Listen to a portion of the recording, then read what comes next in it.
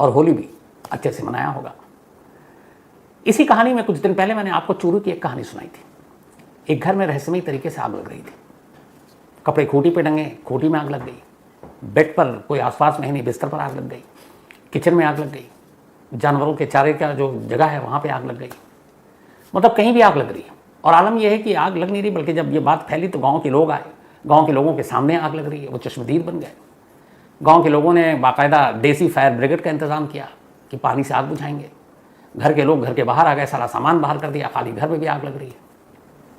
और लोग चौंक रहे थे। और उसकी वजह ये थी कि इससे पहले इसी घर में 28 दिन के अंदर अंदर 3 मौत हो चुकी थी और तीनों ठीक ठाक फिट। तो 3 मौत और तीसरी मौत के अगले दिन से इस घर में लगातार अगले 15 दिनों तक रहस्यमयी आग। पूरे घर में जितनी जुबान उतनी बातें, जादू टोना तंत्र मंत्र सारी बातें होने लगी। घर का परिवार बाहर, बल्कि पुलिस वाले पहुंचे तो पुलिस वालों पर भी हमला हो गया कि तुम क्या जांच कर रहे हो। ये पूरी कहानी आपको डिटेल में सुनाई थी। अब इस रहस्यमयी आग और उन 3 मौतों का खुलासा हो गया। चूरू के इस घर में जो रहस्यमय आग लग रही थी उसकी सच्चाई सामने आ गई है।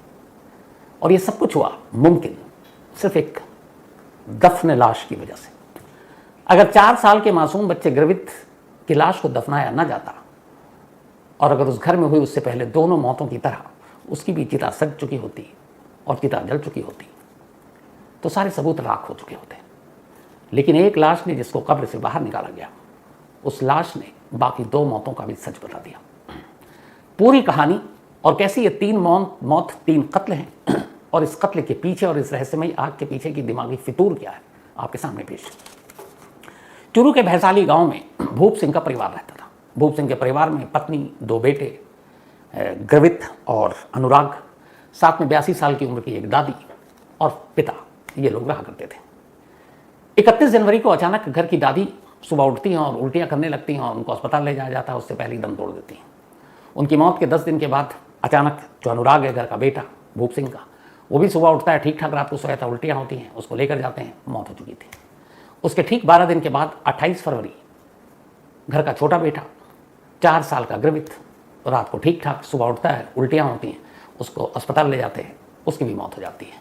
28 दिन के अंदर घर में 82 साल की उम्र की दादी, 12 साल का उम्र का अनुराग, 4 साल का बल्कि 7 साल का अनुराग और 4 साल का ग्रवित, 3 मौत हो गई थी। 28 फरवरी को आखिरी मौत होती है। 29 फरवरी को अचानक घर में आग लगने का सिलसिला शुरू हो जाता है। खूंटी पे कपड़ा टंगा है और अचानक कपड़े से आग, घर वाले परेशान, बिस्तर में आग, किचन में आग, जानवरों के चारे के भंडारे में आग, जानवरों को जहाँ बांध के रखा जाता है उस बाड़े में आग। और धीरे धीरे अड़ोस पड़ोस से होते हुए पूरे गांव तक ये बात फैल गई। कुछ गांव वालों ने कहा चलो सीसीटीवी कैमरा लगाते हैं ताकि पता चल सके। तो कैमरे का जो रिकॉर्डिंग डीवीआर में, वो डीवीआर में भी आग। जब ये बात मीडिया में आई, लोकल अखबारों में, फिर न्यूज़ चैनल में, हर तरफ, तो पुलिस भी चौकन्नी हुई। उसे लगा कि कोई अफवाह फैल रहा है इस तरीके से कि ये तंत्र मंत्र जादू टोना है, घर में रहस्यमयी आग, 3 मौत, क्या कनेक्शन। तो अब चूरू पुलिस ने जांच बिठाई, लेकिन पुलिस की टीम में पहली बार गई तो हमला भी हो गया। फिर भी पुलिस ने अपनी तफ्तीश शुरू की। अब इस तफ्तीश में शुरुआत में ही पुलिस को ये था कि ये रहस्यमयी आग तो ढोंग है, और अगर ये ढोंग है तो फिर उस घर में हुई 3 मौत का भी सच कुछ और है। लेकिन 3 मौत का सच कैसे पता करें। 82 साल की उम्र की दादी की जब मौत हुई तो अगले ही दिन उनका अंतिम संस्कार हो गया। जो 7 साल का बच्चा था अनुराग, उसका भी अंतिम संस्कार हो गया। तभी पुलिस को पता चला कि जो 4 साल का बच्चा ग्रवित था उसका अंतिम संस्कार नहीं किया गया, बल्कि उसको दफनाया गया। क्योंकि उस गांव में ये रिवाज है कि जो छोटे बच्चे होते हैं 1, 2, 3, 4 साल तक, उनको जलाते नहीं, उनको दफना देते। तो पुलिस की उम्मीद की किरण जागी कि इस बच्चे की लाश को बाहर निकालें तो अगर जो डाउट है वो क्लियर हो जाएगा कि नेचुरल डेथ है या फिर किसी और वजह से। लेकिन अब कब्र से लाश ऐसे तो निकाल नहीं सकते। तो पुलिस पहुंची डीएम के पास। डीएम को उसने सारी चीज़ बताई। डीएम को भी ये खबर मालूम थी। डीएम ने इजाज़त दे दी। डीएम की इजाज़त के बाद कब्र खोदी गई। 4 साल के बच्चे ग्रवित की लाश निकाली गई। उसका पोस्टमार्टम हुआ और विसरा को फॉरेंसिक लैब में जांच के लिए भेज दिया गया। अब इत्तेफाक से यह शुरुआती रिपोर्ट पुलिस को पहले मिल गई, अभी मीडिया या बाहर में पता नहीं, और रिपोर्ट बड़ी चौंकाने वाली थी। पता चला, उस जहर का नाम नहीं बताऊंगा, कि खास जहर है। उस जहर से इस 4 साल के बच्चे की मौत हुई है। अब जब पुलिस को यह लगा तो फिर यह हुआ कि जो सिम्टम था इससे पहले उसके बड़े भाई की मौत की, उसकी दादी की मौत की, सेम था। तो अगर इसकी मौत इस तरीके से हुई तो इसका मतलब है बाकी 2 मौत भी उसी तरीके से हुई। लेकिन अभी ये सोच है, सबूत नहीं है, क्योंकि उन दोनों की मौत तो राख में सारे सुराग सबूत जल चुके हैं। लेकिन इस बच्चे की पोस्टमार्टम और विसरा की शुरुआती रिपोर्ट से पुलिस को ये मिल गया कि अगर ये कत्ल है तो फिर घर में जो बाकी 2 मौत हुई वो भी कत्ल है। पर यह कत्ल कौन कर सकता है? अब इस विसरा और पोस्टमार्टम रिपोर्ट को पुलिस ने फिलहाल गुप्त रखा है, छुपा कर रखा है और अपनी तफ्तीश शुरू कर दी। पड़ोसी, रिश्तेदार, घर के अंदर, घर के बाहर, तमाम लोगों को। और यहीं से पुलिस की इन्वेस्टिगेशन शुरू होती है। सबसे पहली चीज़, जो घर के अंदर आग लगी थी उसके भी फॉरेंसिक से उन्होंने कलेक्ट किए नमूने, तो उसकी भी रिपोर्ट आई। पता चला ये जो घर में आग लग रही है ये किसी भूत प्रेत, जादू टोना, तंत्र मंत्र नहीं है, बल्कि उस घर से कुछ ऐसे नमूने मिले जो इशारा कर रहे थे कि ये सोडियम है और इस घर में आग लगाने के लिए सोडियम का इस्तेमाल हुआ है। अब जब ये पता चला इधर बच्चे की पोस्टमार्टम रिपोर्ट और विसरा रिपोर्ट की ये ड्रग्स है, मतलब पॉइजन है, तो इधर पॉइजन, उधर घर में आग लगाने के लिए सोडियम, मतलब साफ है कि एक साजिश है। पर ये साजिश कौन कर सकता है और क्यों कर सकता है? पुलिस ने तमाम लोगों की कुंडली खंगालनी शुरू की। जब कुंडली खंगाली तो फिर एक हैरान करने वाली जानकारी मिली। पता चला कि इस घर का मुखिया, यानी इन 2 बच्चों का बाप, उस दादी का पोता जिस घर में 3 मौत हुई है, अनुराग और गर्वित, के पिता भूप सिंह, जिसकी उम्र 35 साल है, उसकी कुछ वक्त पहले गांव में एक दवा की दुकान थी, मेडिकल स्टोर, छोटी सी। अब पुलिस को जब ये पता चला तो पहले पुलिस के कान खड़े हुए। फिर और कुरेदा गया तो पता चला कि कुछ साल पहले वो राजगढ़ में एक हॉस्पिटल में बतौर कंपाउंडर भी काम कर चुका है। अब ये 2 जानकारी बड़ी अहम थी कि कंपाउंडर हॉस्पिटल में, मेडिकल स्टोर, दवा की दुकान, यानी इस शख्स को पॉइजन और सोडियम, ऐसी सारी चीज़ों की, केमिकल की जानकारी हो सकती है। इसके अलावा जितने लोगों की जांच की गई उनमें से कोई भी इस तरह का जानकार नहीं निकला। लेकिन अब पुलिस को डर भी कि यार ठीक है ये कंपाउंडर है, इसकी दवा की दुकान है, लेकिन ये कैसे इस्टेब्लिश करेंगे कि यही कातिल है? और सबसे बड़ी बात, कोई भी बाप अपने 2 बच्चों को, एक बच्चा समझ में आता है, कई बार किसी वजह से ऐसे इंसिडेंट हुए हैं कि बाप ने बेटे को मारा या बेटे ने बाप को मार दिया, लेकिन सिलसिलेवार अपने पहले बेटे को, फिर दूसरे बेटे को, दादी को, उसका रीज़न, कोई मोटिव तो सॉलिड होना चाहिए। पुलिस यहाँ पे अटक गई कि क्या करें, क्यों मारा होगा। जिधर पूछताछ करें उधर कोई ऐसी चीज़ ही नहीं, कोई झगड़ा नहीं, लेकिन और कोई सस्पेक्ट नहीं।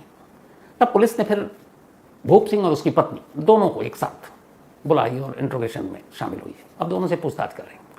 जब ये पूछताछ के लिए थाने ले जाया गया तब तक मीडिया में खबर आ गई कि पुलिस ने मियाँ बीवी दोनों को हिरासत में ले लिया और यही इस रहस्यमय आग और कत्ल के पीछे। लेकिन ऐसा था नहीं, क्योंकि अब ये क्लियर हो गया। आज दोपहर 3 बजे चूरू पुलिस ने एक प्रेस कॉन्फ्रेंस की, उसकी रिलीज़ भी है और उसमें सारी कहानी आ गई। दवा की दुकान और कंपाउंडर, ये 2 चीज़ों ने भूप सिंह पर शक पैदा किया। अब पुलिस ने तफ्तीश की, मियाँ बीवी से अलग अलग पूछताछ की, बिठाकर पूछताछ की, और उसके बाद पुलिस ने भूप सिंह की पत्नी को कहा कि आप घर जा सकती हैं, आपका इस केस से कोई लेना देना नहीं, अब बचा सिर्फ भूप सिंह। अब पुलिस ने भूप सिंह से कहा कि देखो सबूत तो है हमारे पास सारी, पर तुम ही कहानी सुना दो तो बेहतर होगा। अब भूप सिंह ने कहानी सुनानी शुरू की। तो पहले कत्ल का तरीका बताता हूँ आपको, कत्ल की वजह बाद में बताऊँगा। भूप सिंह ने कहा कि हाँ, मैंने अपनी दादी और अपने 2 बेटों का कत्ल किया, और वो कत्ल इस तरीके से किया कि किसी को शक ना हो। चूँकि मुझे मेडिकल की जानकारी थी, मैं ख़ास जहर, उस जहर का नाम भी है, मैं वो लेकर आया। मेरी दादी को खांसी थी, मैंने खांसी की दवा में वो जहर मिला दिया। और ये बात है 30 जनवरी की। 31 जनवरी की सुबह दादी उठी, अचानक खांसने लगी, उसके बाद उनकी मौत हो गई, खून की उल्टी हुई। इसके बाद 10-12 दिन बीत गए। फिर मैंने अपने एक बेटे को, जिसका नाम ग्रवित है, 4 साल का बच्चा, उसको यही जहर दवा में मिलाकर पिला दी खांसी की, उसकी ही मौत हो गई। फिर अपने दूसरे बेटे को भी सेम इसी तरीके से ये जहर एक दवा में मिलाकर दी खांसी की, और उसके बाद उनकी मौत हो गई। अब चूंकि दादी को खांसी थी और दादी की खांसी से मौत हुई, तो ये घर में था कि यार ये खांसी कहीं इस वजह से तो नहीं है, तो उसने बच्चों को कहा और अपने घर में भी कि खांसी को रोकने के लिए एक दवा है, बच्चों को दे देते हैं, बच्चों को ऐसा नहीं पड़ेगा, और इसलिए खांसी की दवा उसने दी और उसमें जहर मिला दिया। तो अब सवाल यह है कि तुमने दादी और 2 बच्चों को मारा, घर में तुम्हारी पत्नी भी है, तुम्हारे पिता भी हैं, तो उनको क्यों नहीं मारा? तब भूप सिंह बताता है कि असल में उसे कत्ल तो 2 करने थे, लेकिन करने पड़े 3, और उसकी वजह यह थी कि किसी को उसके ऊपर शक ना हो, और अगर वो सिर्फ 2 कत्ल करता तो शायद जल्दी पकड़ा जाता। उसने कहा कि उसे अपनी दादी को मारना ही नहीं था। 82 साल की दादी थी, दादी से कोई वैसी बात भी नहीं थी, लेकिन दादी को सिर्फ इसलिए मारा ताकि बाकी के जो 2 कत्ल करने वाला हूँ उस पर किसी को शक ना हो। तो दादी खामखा मारी गई। दादी की आड़ में वो 2 बच्चों के कत्ल को एक हादसा दिखाना चाहता था।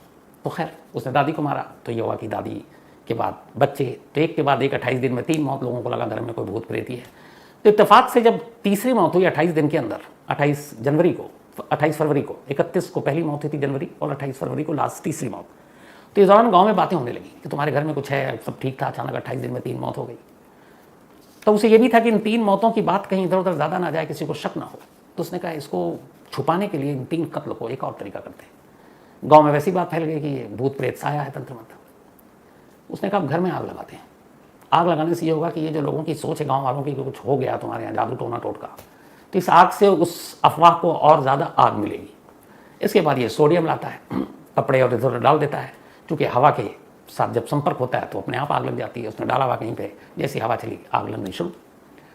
तो अब इसने चुपचाप से जगह जगह सोडियम डालना शुरू कर दिया और उसके बाद अपने आप आग लगने लगी। लोग पहले घर वाले विटनेस हुए कि अरे मैं तो यहाँ था, ये खुद भूप सिंह उनके साथ बैठा और खूंटी पे कपड़ा जलने लगा।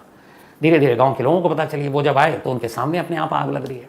बातें बढ़ती गई, तो उससे ये हुआ कि इस घर में जादू टोना और ये सारी चीज़ें हैं जिसने पहले 3 जान ली और अब घर में रहस्यमय आग लग रही है। तो इस बात से लोगों को उस 3 कत्ल की तरफ ध्यान ही नहीं गया। उन्होंने उन 3 मौतों को जादू टोना टोटका तंत्र मंत्र ही मान लिया। लेकिन गड़बड़ ये हुई कि ये खबर लोकल मीडिया से फिर बाकी शहरों में चली गई। अब ये कि रहस्यमय आग, अब ये अब साइंस इन चीज़ों को तो मानता नहीं है और कानून की नज़र में भी इसकी कोई अहमियत नहीं है। तो जब ये फैलने लगी और लोग आने लगे आग को देखने के लिए, लॉ एंड ऑर्डर का इशू आ गया, तब पुलिस की एंट्री हो गई। अब पुलिस जब पहुंची और पुलिस ने देखा कि ये सारी चीज़ें, और फिर पुलिस को पता चला इस घर में तो 3 मौत हुई है। तो पुलिस का माथा ठनका, पहले 3 मौत, फिर ये आग, कुछ ना कुछ गड़बड़ है। उधर भूप सिंह पुलिस के आते ही डर गया। उसे लगा कि पुलिस ने अगर जांच की तो उसके 3 कत्ल वाला मामला खुल जाएगा। उसने अपने रिश्तेदारों गाँव वालों को भड़का दिया कि ये कुछ करते नहीं हैं, कुछ अभी तक पता नहीं किया, आग बुझा नहीं पा रहे हैं। पुलिस वालों पर ही हमला हो गया। पुलिस वाले बेचारे लौट गए। फिर ये हुआ कि नहीं कैमरा लगा दो, तो अब CCTV कैमरा लगा दिया गया। जब कैमरा लगा तो एक दिन आग ही नहीं लगी। अब भूप सिंह को लगा कि कैमरे में तो पता चल जाएगा, तो उसने DVR में ही आग लगा दिया। अब DVR ही जल गया तो कैमरे की रिकॉर्डिंग क्या देखोगे। ये सब होता रहा, लेकिन पुलिस को डाउट हो गया। अब जब पुलिस को डाउट हुआ तो मामला दर्ज हुआ और पुलिस को ये था कि 1 महीने में 3 मौत एक जैसे कैसे हो सकती है। कोई गाँव में ऐसी बीमारी नहीं फैली, कोई ऐसी चीज़ नहीं थी, और फिर 3 मौत और फिर आग। तो पुलिस ने अपनी तरफ से तफ्तीश शुरू की।